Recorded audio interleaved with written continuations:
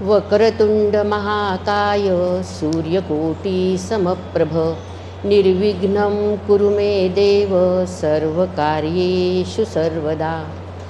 मूकं करोति वाचालं पङ्गुं लङ्घयते गिरिं यत्कृपातमहं वन्दे परमानन्दमाधवम्। गुरुर्ब्रह्मा गुरुर्विष्णु गुरुर्देवो महेश्वरः गुरुः साक्षात् परब्रह्म तस्मै श्रीगुरवे नमः। कृष्णाय वासुदेवाय हरये परमात्मने प्रणतक्लेशनाशाय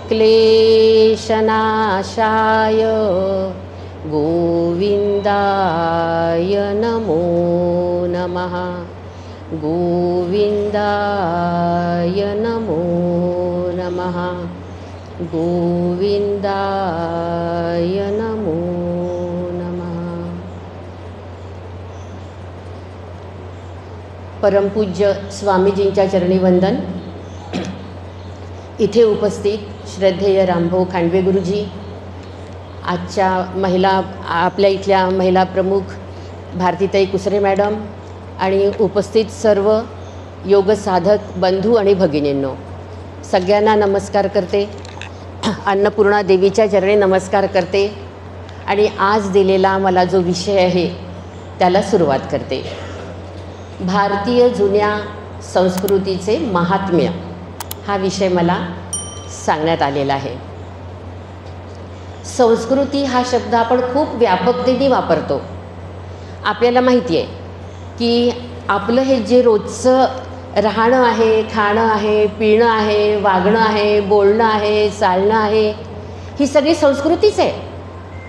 याच्यात थोडं इकडे तिकडे वेगळेपणा आला, दिसला आपल्याला किंवा वाटला तर आपण सहजतेने म्हणतो ना, हे काही आपल्या संस्कृतीत सांगितलेलं नाही, ही काही आपली संस्कृती नाही।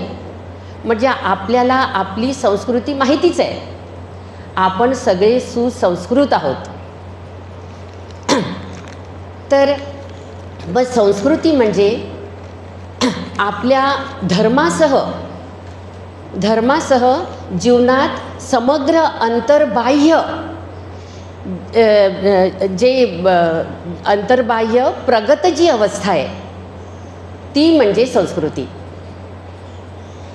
आता ही जी भारतीय संस्कृती आहे ही अत्यंत प्राचीन आहे आणि अत्यंत समृद्ध आहे। बाकीच्या संस्कृती काळाच्या ओघात काही लुप्त झाल्या, काही आहेत पण विशेष महत्त्व नाही, पण आपली जी संस्कृती आहे ती अजूनही आपल्या सगळ्या परंपरांसह टिकून आहे, अबाधित आहे। अशी ही आपली संस्कृती आहे। आणि जीवन जगण्याची कला असू द्या, विज्ञान असू द्या, राजकारण असू द्या, या सगळ्यांमध्ये आपली संस्कृती ही आहेच, ही अनुस्यूत आहे आपली संस्कृती। तर संस्कृती जे आपण म्हणतो तर त्याच्यात संस्कृती हा जो शब्द बनलेला आहे याच्यामध्ये सम हा उपसर्ग आहे आणि कृ हा धातू आहे। सम म्हणजे सम्यकपणे सर्व दृष्टींनी विचार करून, आणि कृ म्हणजे कृती, परिपूर्ण त्याचा योग्य विचार करून केलेली कृती असा या संस्कृतीचा अर्थ आहे, संस्कृती शब्दाचा अर्थ आहे। आणि ही जी अशी कृती असते की जी पूर्ण विचार करून केलेली असते ही समाज सहज स्वीकारतो, ती समाजात रुजते, स्थिर राहते आणि ती संस्कृती होते। जी समाज स्वीकारत नाही ती संस्कृती होत नाही, राहत नाही, टिकून राहत नाही। ही संस्कृती जी समाज स्वीकारतो ती टिकून राहते, ही अशी आपली संस्कृती आहे। याच्यात प्रकृती म्हणजे निसर्ग, विकृती म्हणजे या प्रकृतीत म्हणजे या निसर्गात होणारा विकार म्हणजे विकृती, आणि संस्कृती म्हणजे हा जो विकार झाला आहे या विकारावर होणारा संस्कार म्हणजे संस्कृती आहे. आता आपण बघा, आपण सगळेजण निसर्गावर अवलंबून आहोत. आपण आपल्या जीवनासाठी निसर्गाचा वापर करतो. निसर्गाचा वापर केल्यानंतर जशी जशी आपली लोकसंख्या वाढत जाते तर या निसर्गावर ताण येतो, निसर्गाचा ऱ्हास होतो. मग तो ऱ्हास, तो समतोल बिघडणं, निसर्गाचा समतोल बिघडणं हाच विकार आहे. आणि या विकारासाठी आपल्या संतांनी आपल्याला काय सांगून ठेवलेलं आहे? वृक्षवल्ली आम्हा सोयरे वनचरे. हे जे वृक्ष आहेत हे आपले सोयरे आहेत. सोयरे म्हणजे आपल्याला माहिती आहे, जो सोय बघतो तो सोयरा. इतके ते आपली सोय बघतात, मग आपल्याला त्यांची सोय नको का बघायला? मग त्याच्यासाठी आपल्याला झाडे जगवा, झाडे वाढवा, झाडे लावा असे राष्ट्रीय संदेश काढावे लागतात. तर म्हणजे मग त्या संस्कृतीचं जतन होतं, ती संस्कृती राहते. अशा जर आपल्या निसर्गाचा ऱ्हास होत गेला तर मग संस्कृती टिकत नाही असं आपण बघतो. त्याच्यानंतर आपल्या संस्कृतीसाठी, संस्कृती टिकून राहण्यासाठी या भारतीय संस्कृतीचं महात्म्य जे आहे की ही इतकी प्राचीन असून टिकून राहिलेली आहे, याच्यासाठी आपले जे वैदिक ग्रंथ आणि वैदिक साहित्य आहे हे भारतीय संस्कृतीचे मूळ साधन ग्रंथ आहेत. आता वैदिक ग्रंथ म्हणजे प्रामुख्याने आपल्याला माहिती आहे की वेद आणि उपनिषद. वेद, आपले 4 वेद, उपनिषद, त्याशिवाय आपले 18 पुराणं, 6 दर्शनं, त्यानंतर भगवद्गीता, महाभारत आणि रामायण हे सगळे ग्रंथ हे आपले साधन ग्रंथ आहेत. आपल्याला माहिती आहे की वेद पुराणं ते तर सगळे आहेतच, पण त्याच्याशिवाय आपल्याला सगळ्यांना माहीत असलेली आणि जवळची अशी ही भगवद्गीता आहे. या भगवद्गीतेचे सगळ्या भाषांमध्ये भाषांतर झालेले आहेत. सगळ्या मनुष्य मात्रांपर्यंत ही भगवद्गीता पोचलेली आहे. काय सांगितलेलं आहे भगवंतानी या भगवद्गीतेमध्ये? अर्जुनाला उपदेश केलेला आहे. त्याला सांगितलेलं आहे, तुला तुझं विहित कर्म करायचंच आहे. कर्मयोग सांगितला, भक्तियोग सांगितला, ज्ञानयोग सांगितला. हे सगळं सांगून त्याचे सगळे संशय दूर केले आणि त्याला युद्धाला प्रवृत्त केलं. भगवंतानी या अर्जुनाला माध्यम करून सगळ्या मानवजातीला हाच संदेश सांगितला आहे आणि सगळ्या मानवांच्या मनातला संशय दूर केलेला आहे. असे हे आपले धर्मग्रंथ आपल्याला आपली संस्कृतीबद्दल सतत सांगत राहतात. काय करायचं, काय नाही करायचं याचं सगळं आपल्याला या आपल्या ग्रंथांमध्ये मिळतं. रामायण हा ग्रंथ, आत्ताच रामाचं नवरात्र झालं, आपण बघितलं. आम्ही इथे येत असताना राम मंदिरापाशी सगळं भगवे भगवे तोरणं, भगवे छत्र असे लागलेले, पताका अशा लागलेल्या आम्हाला दिसल्या. तर यात पण आपण बघतो की प्रभू रामचंद्र श्रीकृष्ण यांनी त्यावेळेला जे आदर्श घालून दिलेले आहेत ते आजही समाजात मान्यता पावलेले आहेत. आजही आपण त्या आदर्शांचं पालन करतो आहे ना. प्रभू रामचंद्रांना तर पुरुषोत्तमाचा अवतार मानलेला आहे. प्रभू रामचंद्रांनी आपल्या जी सगळी नाती सांभाळली आहेत त्या सगळ्या नात्यांमध्ये आपल्याला अत्युच्च आदर्श घालून दिलेले आहेत. सगळ्या आदर्शांचं त्यांनी पालन केलेलं आहे.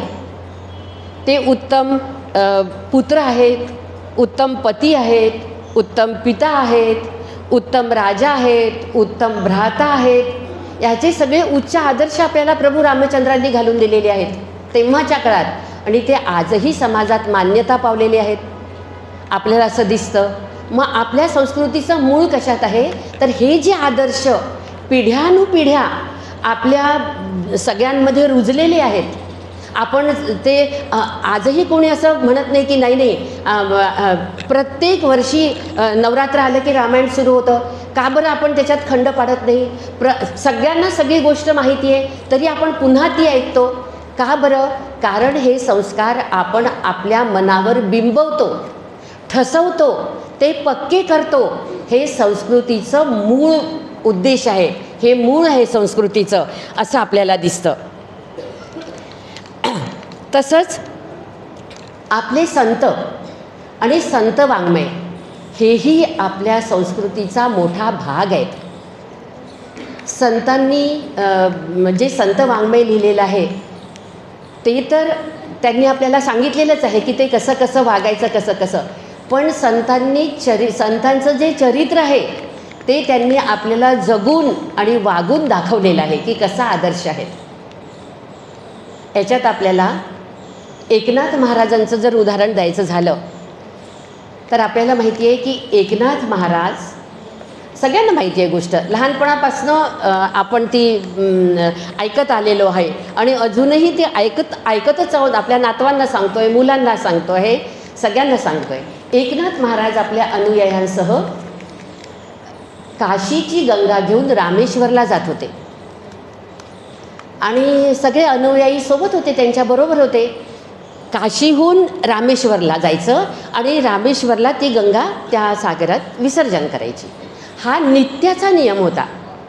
आणि जाता जाता त्यांनी बघितलं की एक गाढव तिथे जमिनीवर तळमळत आहे आणि हातपाय झाडत आहे. त्यांनी ते पाहिलं आणि त्यांनी त्या गाढवाला बघितल्यानंतर आपल्या जवळची जी गंगा होती, जी खूप दुरून सांभाळून आणलेली होती, रामेश्वरला नाही सोडून, ती त्या गाढवाच्या तोंडात त्याला ती गंगा पाजली, त्याच्या तोंडात टाकली. सगळे अनुयायी म्हणायला लागले, महाराज महाराज हे काय करताय, हे काय करताय?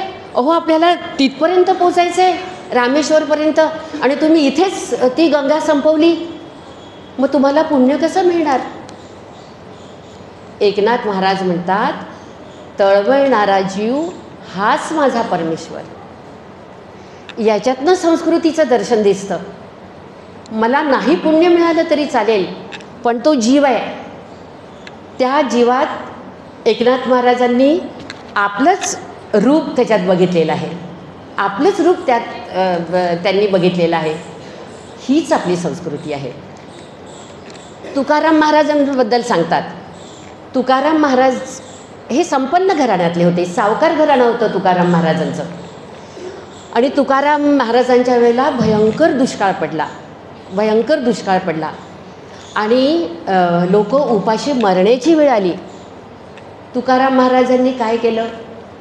आपली सगळी धान्याची कोठारं उघडून दिली आणि सगळ्यांना सांगितलं की तुम्ही धान्य घेऊन जा.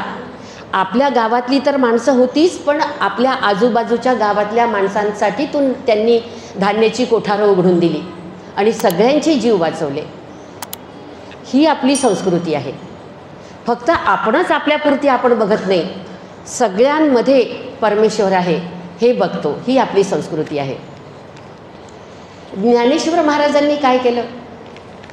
ज्ञानेश्वर महाराजांना लहानपणी किती त्रास झाला, किती दुःख सोसावं लागलं, किती कष्ट घ्यावे लागले, समाजाने किती त्रास दिला.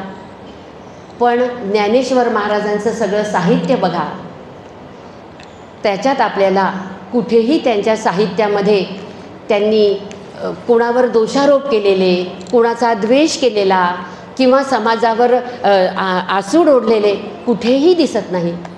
ज्ञानेश्वरीत तर संपूर्ण शांत रस आहे आणि सगळ्या साहित्यामध्ये त्यांच्या भक्तीच भक्ती आपल्याला दिसते.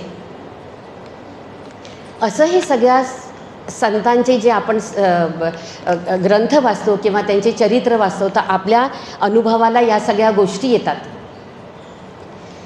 ज्ञानेश्वरी लिहून तर ज्ञानेश्वरांनी आपल्यावर अनंत उपकार केलेले आहेत, अनंत उपकार केलेले आहेत. आणि ज्ञानेश्वरी ही गीतेवरची टीका आहे. गीता संस्कृतमध्ये होती, त्याचं प्राकृत मराठी भाषेत रूपांतर केलेलं आहे. आणि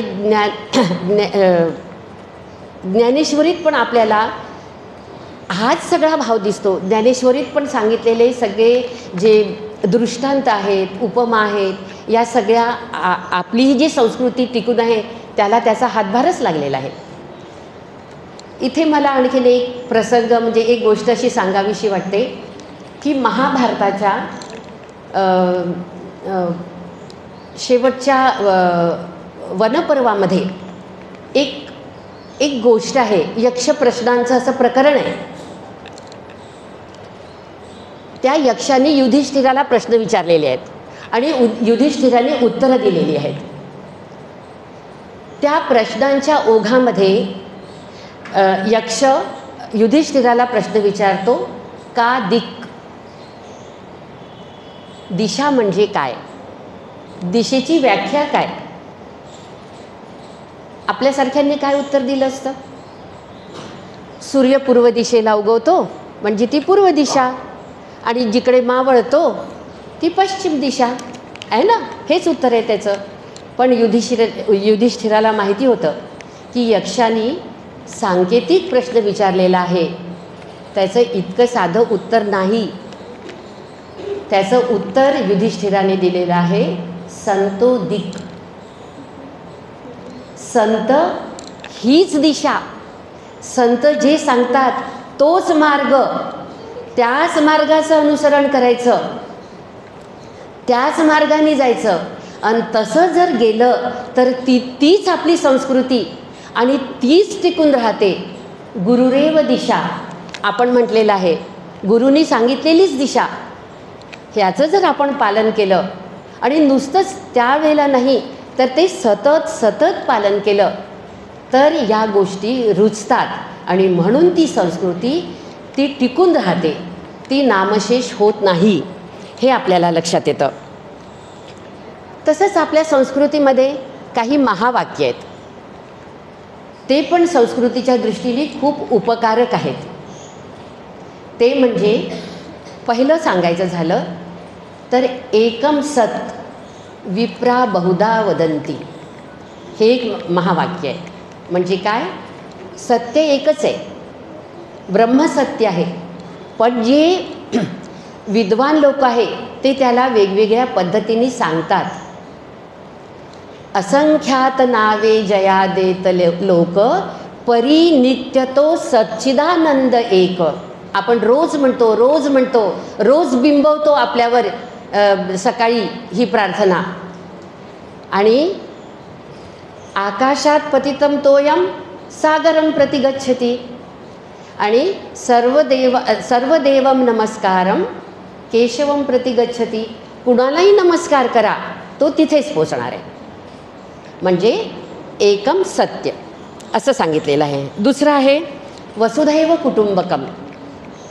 किती मोठी उदार कल्पना आहे आपल्या संस्कृतीची. पूर्ण जग, पूर्ण पृथ्वी हे एक कुटुंब आहे. ज्याप्रमाणे आपण आपल्या कुटुंबातल्या लोकांशी वागतो, त्यांच्याशी जशी आपली वर्तणूक आहे तशी पृथ्वीवरल्या कुठल्याही मनुष्य मात्राशी असली पाहिजे. इतका मोठा उदार दृष्टिकोन आपल्या संस्कृतीत सांगितलेला आहे. त्यानंतर यत्र नार्यस्तु पूज्यन्ते रमन्ते तत्र देवताः, हे तिसरं महावाक्य. आपल्या संस्कृतीत स्त्रीला बहुमान दिलेला आहे, तिला कमी लेखलेलं नाही, तिला तुच्छ लेखलेलं नाही, तिला योग्य तो सन्मान दिलेला आहे. आपण देवतांची जशी पूजा उपासना करतो तशी देवीची सुद्धा पूजा उपासना करतो. सृजन शक्तीचं वरदान हे फक्त आणि फक्त स्त्रीला लाभलेलं आहे. आणि जी आपल्या भारत देशाला नररत्नांची खाण लाभलेली आहे ते हे सगळे स्त्रीचेच उपकार आहेत. तिच्याचमुळे हे नररत्न आपल्या देशाला, आपल्या भारतीय संस्कृतीला लाभलेली आहेत, हे आपण विसरून चालणार नाही. त्यामुळे ज्या ठिकाणी स्त्रीला मान मिळतो, पूज्यन्ते म्हणजे अगदी देवघरात बसूनच तिची पूजा करा असं नाही सांगितलेलं आहे. जिच्या शब्दाला मान असतो जिला ज्या ठिकाणी स्त्रीला मान मिळतो त्या ठिकाणीच देवतांचा वास असतो, त्या ठिकाणी देवता रमतात, राहतात, असं हे महावाक्य आहे. चौथं महावाक्य आहे सर्वेपि सुखिनः सन्तु सर्वे सन्तु निरामयाः सर्वे भद्राणि पश्यन्तु मा कश्चित् दुःखभाग् भवेत्. ही म्हणजे लोककल्याणाची प्रार्थना आहे. लोकांचं कल्याण व्हावं, ते सुखी व्हावेत, सर्वेपी सर्व प्राणी मात्र सुखी व्हावेत, त्यासाठी केलेली ही प्रार्थना आहे. आणि सर्वांचं सुख तेच आपलं सुख. तुम्ही कल्पना करा की आपण सुखी आहोत आणि आपला शेजारी दुःखी आहे. त्या आपल्या सुखाचा आनंद आपण कितपत घेऊ शकू, कितपत उपभोगू शकू? नाही आपल्याला त्याच्यातला आनंद घेता येणार जोपर्यंत तोही थोडासा त्याचं दुःख थोडं कमी होत नाही. तो आपल्या इतका जरी नाही तरी थोडा जरी सुखी झाला तर त्याचा आपल्याला आनंद आहे. तो आपल्या सुखाचा आनंद आपण तेव्हा जास्त उत्कटतेने उपभोगू शकतो. हे आपल्याला सगळ्यांना माहिती आहे. नेहमीच कुणाचं तरी एखादं दुःख आपल्याला आपल्या चांगल्या आनंदात जरी ऐकू आलं तरी आपल्या सुखाची आपल्याला एवढी त्याच्यापासनं सुख किंवा आनंद मिळत नाही. आपल्या ज्ञानेश्वर महाराजांनी पसायदान मागितलेलं आहे. ते पसायदानही त्यांनी आपल्यासाठी मागितलं का? नाही. त्यांनी जो जे वांछील तो ते लाहो, प्रत्येकाला मिळो, जे त्याच्या मनात आहे ते मिळो, त्याला त्याचं सुख मिळो. ज्याची त्यांनी मागणी केलेली आहे त्या मिळाल्यानंतर तो सुखी हो. आणि तो सुखी झाल्यानंतर येडेवरे ज्ञानदेवो सुखिया झाला, ते सुख सगळ्यात महत्त्वाचं आहे. त्यामुळे ही जी भावना आहे ही पण संस्कृतीसाठी सगळ्यात महत्त्वाची आहे. आणि पाचवं जे महावाक्य आहे ते आहे जननी जन्मभूमिश्च स्वर्गादपि गरीयसी. हे महावाक्य आहे. जननी जन्म देणारी, जन्मदात्री, आणि जन्मभूमी ज्या भूमीत आपला जन्म झालेला आहे ती या स्वर्गांपेक्षा सुद्धा श्रेष्ठ आहेत. आपल्याला आठवतं प्रभू रामचंद्रांच्या सीतेचं रावणाने हरण केलं. तिला सोडवून आणण्याकरता प्रभू रामचंद्र लंकेला गेलेत. लंका रावणाची सोन्याची नगरी होती. प्रभू रामचंद्रांनी रावणाशी युद्ध केलं आणि लंका जिंकून घेतली. रावणाच्या युद्धात रावणाचा वध केला युद्ध केल्यानंतर, आणि लंका जिंकून घेतली.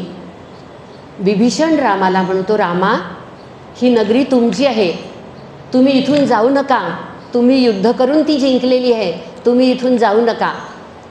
प्रभू रामचंद्र काय करतात? संस्कृतीची जी लक्षणं दिसतात आपल्याला ती इथे. प्रभू रामचंद्रांनी विभीषणाला राज्याभिषेक केला, लंकेचं राज्य विभीषणाला दिलं आणि त्याला तिथे राजा घोषित केलं, आणि स्वतः मात्र अयोध्येला परत आले. जन्मभूमी स्वर्गादपि गरीयसी. आणि आता जन्मदात्री आई, तिचं काय महत्त्व सांगावं, काय महत्त्व सांगावं? प्रत्येक आई ही आपल्या मुलाचा गुरु असते. कशाला? प्रत्येक आई ही आपल्या मुलासाठी एक विद्यापीठ असते. अगदी बाबा वाक्यम प्रमाणम, बाबा शब्दाचा अर्थ वेगळा आहे, पण असा तर आई वाक्यम प्रमाणम हे मुलासाठी दृढ असतं. अगदी आईने सांगितलेलं ते. अशी ही आई. छत्रपती शिवाजी महाराजांच्या मनामध्ये जे जिजाऊंचं स्थान होतं तेच प्रत्येक मुलाच्या मनामध्ये आपल्या आईचं स्थान असतं. आपण सगळ्या जाणतो. या ठिकाणी मला एक गोष्ट आठवते, ती म्हणजे स्वामी विवेकानंदांची. अतिशय सुरेख आहे. स्वामी विवेकानंद लहान होते, नरेंद्र, आणि घरी खेळत होता. त्याच्या वडिलांकडे त्याचे मित्र आले आणि सहज काहीतरी, आता हा नरेंद्र खेळतो आहे म्हणून, नाव काय बाळा तुझं, काय करतोस रे, कितव्या वर्गात आहेस रे, आणि तुला मोठं होऊन काय व्हायचं आहे रे. नरेंद्रच्या वडिलांकडे कार होती आणि त्या कारमध्ये ड्रायव्हर म्हणजे शोफर होता. शोफर ड्रिव्हन कार होती त्यांच्याजवळ.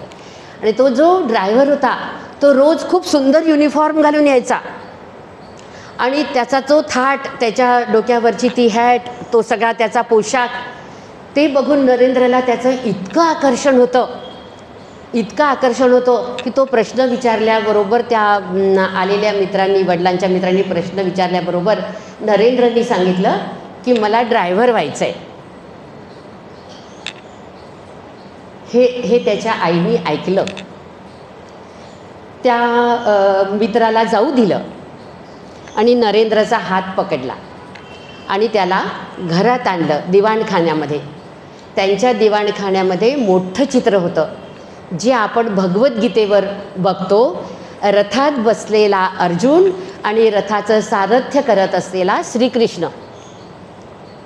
त्या श्रीकृष्णाकडे बोट दाखवून नरेंद्रला सांगितलं, नरेंद्र नक्की ड्रायव्हर हो, पण हा असा ड्रायव्हर हो जो सारथ्य करतो आहे सगळ्या. ती आता गीताच, त्याच्यात सगळं त्यांनी आपल्याला काय कसं वागायचं, काय अनुसरण करायचं, सगळंच सांगितलेलं आहे. ते सारथ्यच आहे. तू अशा तऱ्हेचं सारथ्य कर आणि असा तऱ्हेचा ड्रायव्हर हो. आपल्याला माहिती आहे स्वामी विवेकानंद मोठे झाल्यानंतर आपल्या ज्या सगळ्या संस्कृतीचं दर्शन आपल्या इथे तर होतंच, पण त्या सगळ्या संस्कृतीचं दर्शन करून देण्याकरता, जगाला करून देण्याकरता ते अमेरिकेत गेले. तिथे आपल्या सगळ्या संस्कृतीचं दर्शन त्यांनी तिथल्या लोकांना घडवलं आणि त्यांनी त्यांच्या भाषणात पहिलंच वाक्य जे म्हटलं होतं, all my brothers and sisters, ते म्हटल्याबरोबर टाळ्यांचा कडकडाट झाला. काय झाला? कारण आपल्या संस्कृतीत आपण सगळ्यांना समसमान आपल्याच घरातल्या कुटुंबाची वागणूक, कुटुंबातल्या घटकांची वागणूक देतो.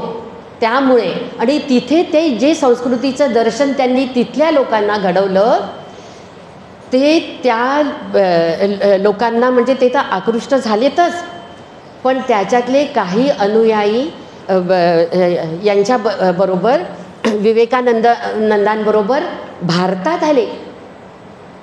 भारतात येऊन त्यांच्याबरोबर राहिले, आपल्या संस्कृतीचा अभ्यास केला.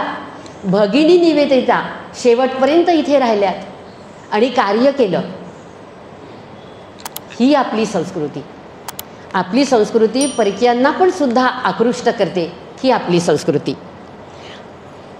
त्यानंतर आपल्या संस्कृतीमध्ये आधी गुरुशिष्य परंपरा होती आणि गुरुशिष्य परंपरेमध्ये हे जे गुरूंचे आश्रम असायचे हे नगराबाहेर असायचे. नगराबाहेर नगरातल्या सुख सोयी नसायच्या. तिथे जाऊन नगरातल्या सगळ्या मुलांनी तिथे जाऊन, मग ते गरीब असो, श्रीमंत असो, राजकुमार असो, सगळ्यांनी तिथे राहून अत्यंत साधेपणाने ती शिक्षा ग्रहण करायची असायची. आणि ती विद्या जेव्हा गुरु द्यायचे तेव्हा ती सगळ्यांसाठी समान असायची. त्याच्यात उच्च नीचतेचा भाव नसायचा. याला काही वेगळं अशी अजिबात आपली संस्कृती नसायची. आणि ते सगळे जे शिष्य असायचे ते सगळे तिथे राहून आश्रमाची व्यवस्था पाहून आपल्या गुरूंना, गुरुपत्नींना सगळे मदत करायचे. त्याच ठिकाणी श्रीकृष्णाला पेंड्यासारखा मित्र मिळाला. त्याच ठिकाणी श्रीकृष्णाला सुदामासारखा मित्र मिळाला. सुदामा आणि श्रीकृष्णाची गोष्टही आपण लहानपणापासनं ऐकतो. तीही लहानपणापासनं आपल्या मनावर बिंबलेली आहे. तोही आपल्या संस्कृतीचा एक मोठा भाग आहे. मोठा झाल्यानंतर सुदामा श्रीकृष्णाला भेटायला आला. श्रीकृष्ण तेव्हा द्वारकाधीश होते आणि सुदामाच्या घरात 18 विश्व दारिद्र्य. किती तफावत, किती तफावत. आणि जेव्हा सुदामा भेटायला आले तेव्हा द्वारपालांनी आज श्रीकृष्णाला जाऊन निरोप दिला. म्हणे महाराज, कुणीतरी एक गरीब ब्राह्मण आलेला आहे आणि तो आपलं नाव सुदामा सांगतोय. सुदामा शब्द ऐकल्याबरोबर श्रीकृष्ण आपलं सोन्याचं सिंहासन सोडून धावत निघाले, धावत निघाले. दारात जसं श्रीकृष्णाला बघितलं त्याला एकदम घट्ट मिठी मारली. ही जी तफावत होती ही तिथेच संपली, त्याच ठिकाणी संपली. आपला मित्र, आपला सुहृद, आपला लहानपणचा, आपण ज्याच्या बरोबर दिवस घालवले आहेत, तिथे कुठे हे राहिलं का गरीब आणि श्रीमंत भाव? दुसरा कुठलाच भाव नव्हता. फक्त आणि फक्त सुदामा आणि श्रीकृष्ण दोन मित्र एका लेव्हलवर होते. ही आपली संस्कृती आहे. ही आपल्याला ठिकठिकाणी मदत करते. उच्च नीचतेचा भाव आपल्या मनात कधीही येऊ देत नाही. त्यानंतर आपल्या संस्कृतीत एकत्र कुटुंब पद्धती होती. आधी आपण सगळ्या, आता व्हॉट्सॲपवर वगैरे त्याचे मेसेजेस आले, कसं होतं एकत्र कुटुंब पद्धतीत, काय होतं, खूप आवडीने ऐकतो. आपल्या सगळ्यांनी पुष्कळांनी अनुभवलेली पण आहे एकत्र कुटुंब पद्धती. त्यात काय व्हायचं, सगळे चुलत भावंड एकत्र राहायचे. आणि सगळे भावंड एकत्र राहिल्यामुळे मोठा जो दादा असायचा, त्या दादाचे कपडे, त्याचा शाळेचा युनिफॉर्म, त्याची शाळेची पुस्तकं, त्याची खेळणी, हे सगळं आपसूक वारसा हक्कानी लहान भावांपर्यंत यायचं. आणि आज म्हणजे एक खेळणं घेतलं आणि दुसऱ्या दिवशी नवीन खेळण्यासाठी हट्ट. पिढ्यानपिढ्या ती खेळणी टिकायची. ती लाकडी आणि अशी मजबूत खेळणी असायची, आपण बघतो. तर ती लहान भावापर्यंत यायची. सगळ्यांवर सारखेच हे होत होते, जे काही श्लोक हे सगळे मोठे लोक सांगायचे, त्या सगळ्यांना एकाच याच्यात त्याचं दर्शन व्हायचं. नंतर सगळ्यांना सकस आहार मिळायचा. कुठेही भेदभाव नव्हता. मी असं नाही म्हणत की एकत्र कुटुंब पद्धतीत सगळीच सुख होती किंवा सगळेच दुःख होते. त्यातही काही अडचणी होत्या, पण सगळे एकत्र राहायचे. मग विभक्त कुटुंब पद्धती आली, त्यातली सुखदुःख आपण बघतो.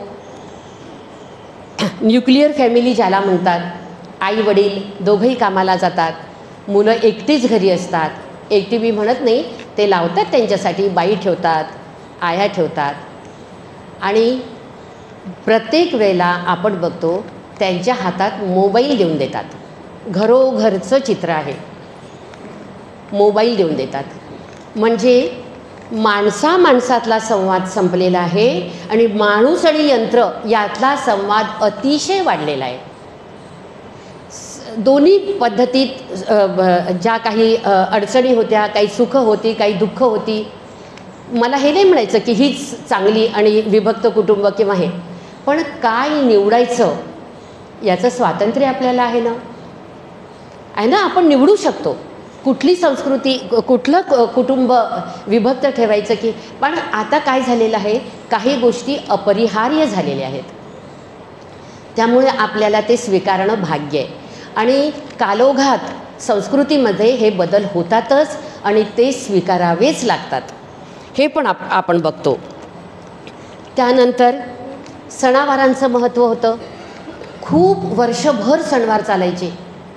मला आठवतं, आमचा इतवारीत डोकेंचा वाडा होता. सतत सणवार आणि सतत कुळाचार आणि सतत वडापुरण आणि सतत पंक्ती. अगदी कंबर वाकून सगळ्यांना वाढतोच आहे आम्ही. एक झाला की दुसरा. महत्त्व होतं.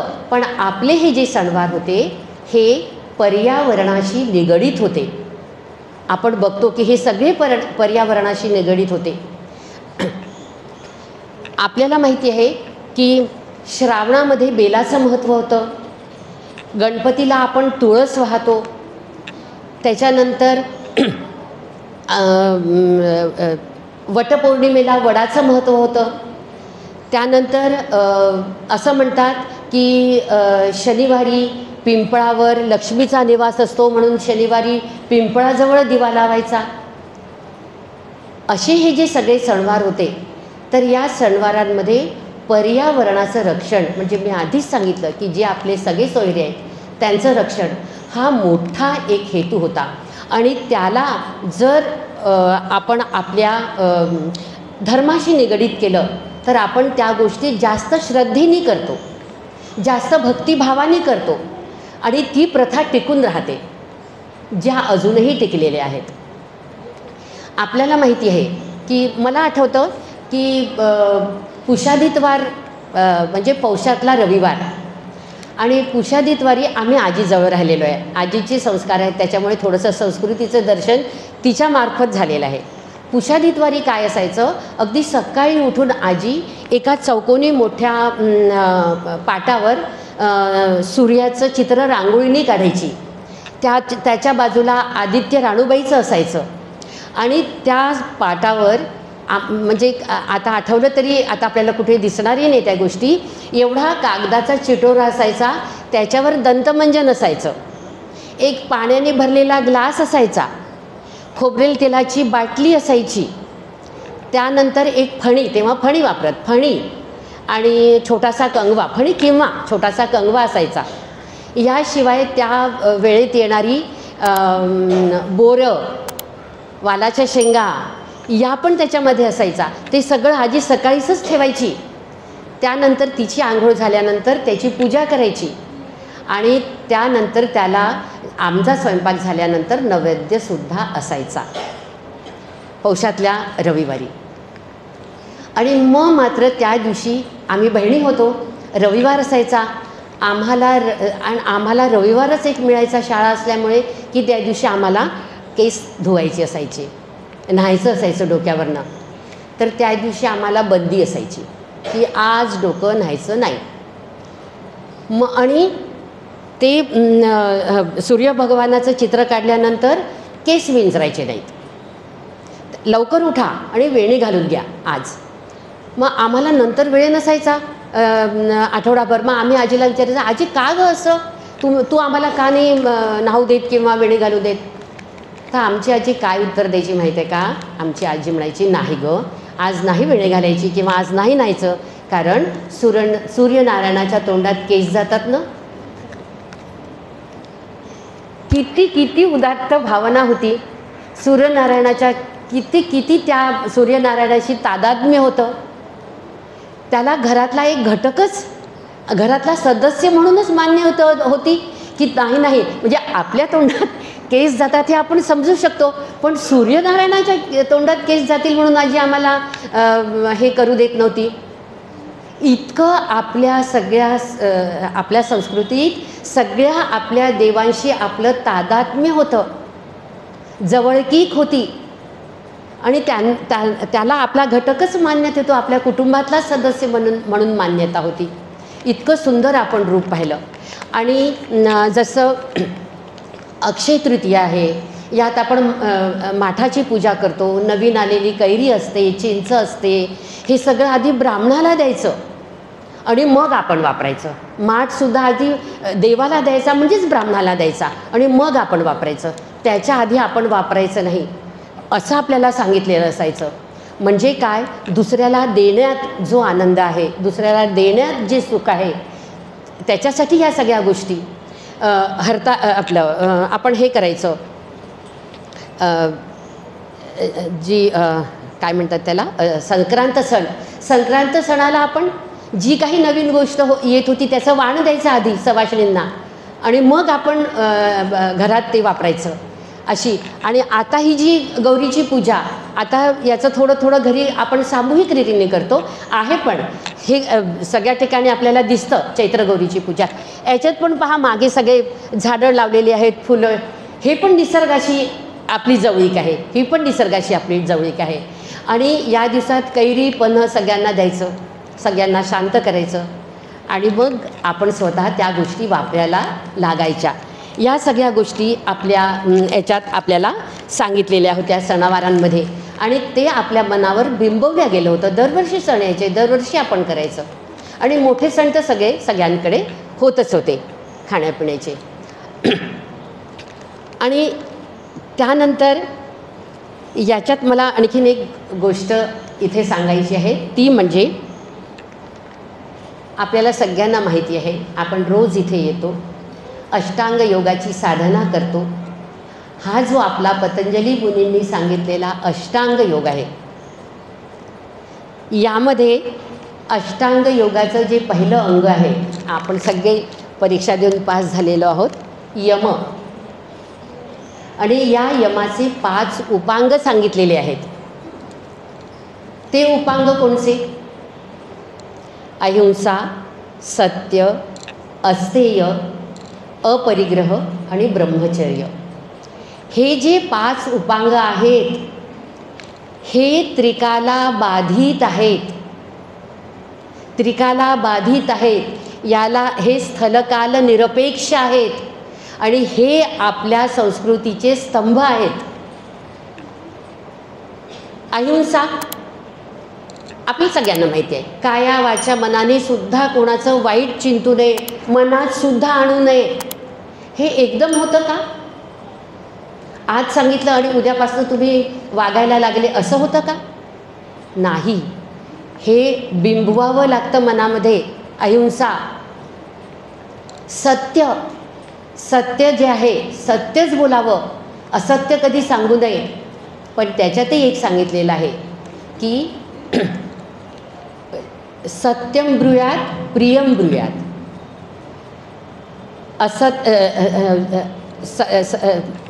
अप्रियम सत्यम न ब्रूयात. जर अप्रिय सत्य असेल तर ते नका सांगू, पण प्रिय सत्य असेल ते जरूर सांगा. आणि सत्य या पण ह्या सगळ्या त्रिकालाबाधित गोष्टी आहे, या स्वतःच्या मनावर बिंबवाव्या लागतात. अस्तेय, चोरी करू नये.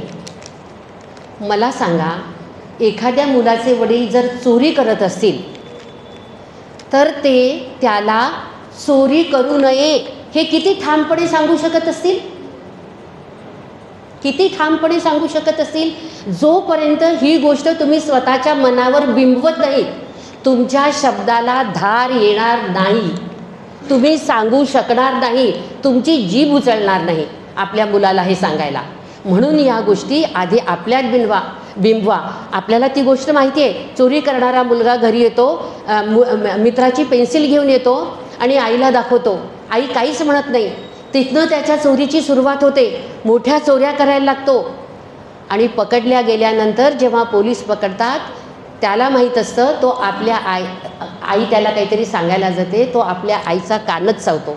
म्हणतो, आई, ज्या दिवशी मी पहिली पेन्सिल आणली आणि तू सांगितलं असतं, त्याच्यानंतर मी कधीही चोरी केली नसती. हे अस्तेय, हे बिंबवायचं असतं.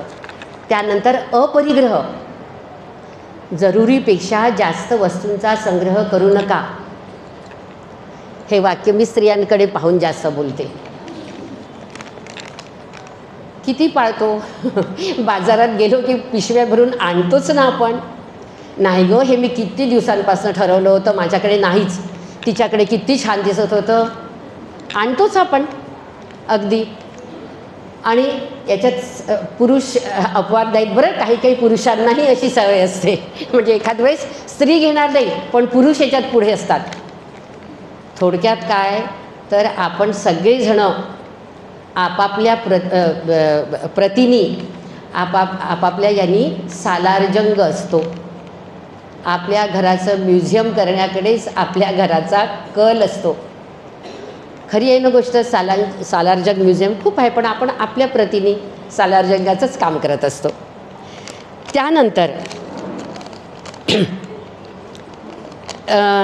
शेवटचं उपांग जे आहे ते म्हणजे ब्रह्मचर्य. ब्रह्मासारखं शुद्ध पवित्र असं आचरण. या 5ही गोष्टी या एकदम येत नाहीत. यांचे संस्कार आपल्या मनावर व्हावे लागतात, या बिंबवाव्या लागतात. लहानपणापासून मुलाला सांगाव्या लागतात, नित्य म्हणाव्या लागतात. रोज इथे येऊन म्हणजे आपण जे शिकतो, इथे सर्वांना शिकवतो, हे आपल्या मनात ठसवावं लागतं. तेव्हा ते संस्कार होतात आणि तेव्हा त्या संस्कारांची संस्कृती तयार होते आणि ती दृढ राहते, ती पक्की राहते. तिला बाकीच्या संस्कृतींसारखी ती कालबाह्य होत नाही, हे आपल्याला लक्षात येतं. पण अशा या आपल्या संस्कृतीवर परकीयांचे बरेच आक्रमणं झालेत. परकीयांनी वैचारिकसुद्धा सांस्कृतिकसुद्धा आक्रमणं आपल्या संस्कृतीवर केलेली आहेत. आपल्या संस्कृतीचे जे मुख्य आधारस्तंभ होते म्हणजे सामाजिक जीवन, सांस्कृतिक जीवन, याच्यावर त्यांनी घाव घालून ते ठिसूळ करण्याचा प्रयत्न केला. आपलं सांस्कृतिक जीवन ठिसूळ करण्याचा प्रयत्न केला आणि आपली भाषा, आपला इतिहास याच्यावर सुद्धा घाव घातले. बघा तुम्ही आता एक पिढी हे याच्यापासून दूर गेली आणि आपल्याला आता जे आपल्या समाजात त्याचं चित्र दिसतं आहे की लोकांना असं वाटायला लागलं की परकीयांचं जे आहे तेच चांगलं आहे आणि आपलं जे आहे ते सगळं टाकाऊ आहे, त्याला काही अर्थ नाही, ते सगळं बुरसटलेलं आहे, ते सगळं आउटडेटेड झालेलं आहे. त्यांचा पेहराव, त्यांचं खाणं पिणं हे सगळं मधल्या पिढीने सगळं आत्मसात केलं. आपली भाषा आपण विसरलो. आपल्या मुलाला ना धड मराठी येत आणि तो इंग्लिश शिकतो, इंग्लिश बोलतो, पण इतका तो जशी आपली भाषा आपण मुळातनं शिकतो, आपल्याला समजते, तितक्या याने इंग्लिश भाषा त्याला समजत असेल का? याचं खूप सुंदर उदाहरण आपण जेव्हा मुलांचे परिचय किंवा प्रवेशचे पेपर घेतो आणि त्याच्यात त्यांची मराठी भाषा पाहतो, एक वाक्य मराठी लिहिता येत नाही पूर्ण, अशी परिस्थिती. तर ही भाषा मिटवण्याचं, ही भाषा संपवण्याचं, आपला इतिहास मिटवण्याचं, जो आपला चांगला इतिहास होता ते मिटवण्याचं कार्य या परकीयांनी केलेलं आहे. त्याची झळ आपल्या सगळ्यांना पोहोचलेली आहे. आपल्याला सकाळी आपण जेव्हा नातीला उठवायला जातो, उठ उठ ग बेटा, 7 वाजले सकाळचे उठ, तर ती नात अगदी किलकिले डोळे करून आजीला विचारते, आजी 7 म्हणजे किती ग? मग आजी सांगते, अगं बेटा 7 वाजले बरं, लवकर उठ, सकाळ झाली. प्रत्येक गोष्टीत आपण सांगायला की गेलं किती म्हणजे काय ग, म्हणजे तिला मराठी समजतच नाही, असा याचा अर्थ. दूर गेली पिढी ही आपली. पण आपण याच्यातही असं बघतो आहे, आपल्याला आशेचा किरण म्हणण्यापेक्षा आशाच आहे की आता परकीय संस्कृतीसुद्धा भारताच्या संस्कृतीकडे आकर्षित होत आहे. आता आम्ही 2 वर्षांपूर्वी व्हिएतनामला गेलो होतो. तिथे आम्ही काय पाहिलं, प्रत्येक 2 बिल्डिंगनंतर एक योगा सेंटर, प्रत्येक 2 बिल्डिंगनंतर एक योगा सेंटर, असे ठिकठिकाणी योगा सेंटर्स होते. त्यानंतर ओंकाराचं महत्त्व, आपल्या मंत्रांचं महत्त्व, आपल्या श्लोकांचं महत्त्व, हे सगळं त्यांना आता जाणून घ्यायचं आहे. ही इच्छा त्यांच्या मनामध्ये निर्माण झालेली आहे. आपल्या संस्कृतीची ओळख करून घ्यायची त्या सगळ्यांना इच्छा आहे. आणि त्यानंतर आम्ही ज्या हॉटेलमध्ये थांबलो होतो त्या हॉटेलमध्ये योगाचा हॉल होता आणि त्यांनी आम्हाला सांगितलं की ते सगळं जे आम्ही तुमचं भाडं घेतो त्याच्यात इन्क्लूड आहे, तुम्ही तो वापरू शकता. एवढंच कशाला, आम्ही ज्या क्रूजवर गेलो होतो त्या ठिकाणी, त्या क्रूजमध्ये एक योगा ट्रेनर होता. मला सांगा, हे कशाचं लक्षण आहे? आपली संस्कृती सगळ्या परकीयांना आकर्षित करते आहे ना. तुम्ही अमेरिकेत बघा, आपल्या साऊथमध्ये जितकी देवळं नसतील तितकी त्या अमेरिकेत देवळं आहेत. आपले सगळे सणवार ते लोक आपल्यापेक्षा जास्त उत्साहाने ते मनवतात तिथले सगळे सणवार. आणि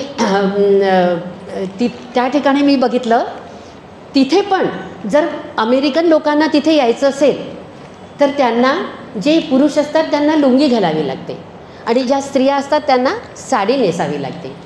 असंच आम्ही एका देवळात गेलो होतो आणि त्या देवळामध्ये 2 स्त्रिया आल्या होत्या, साडी नेसून आल्या होत्या. साडी पण कशी, अशी ऑफ व्हाईट रंगाची, बरं खूप चकचकीत झगझगीत वगैरे अजिबात नाही, ऑफ व्हाईट रंगाची साडी घेऊन त्या दोघीजणी आल्या.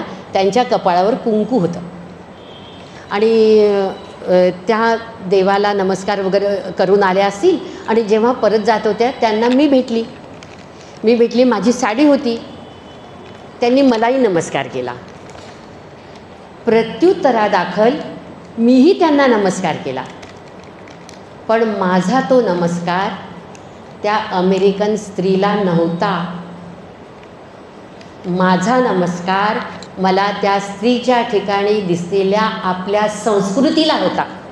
मी मनापासूनच नमस्कार केला तिला आणि तिथे मला माझ्या संस्कृतीचा एवढा गर्व झाला, एवढा अभिमान वाटला, माझा ऊर भरून आला.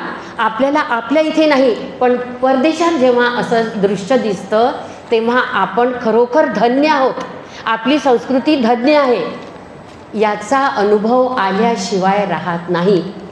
आणि तेव्हाच माझ्या मनात विचार आला की विश्वगुरू होण्याची क्षमता फक्त आणि फक्त आपल्याच संस्कृतीत आहे. ही एवढी आपल्या संस्कृतीचं महात्म्य आहे असं मला वाटतं. इथे मी थांबते.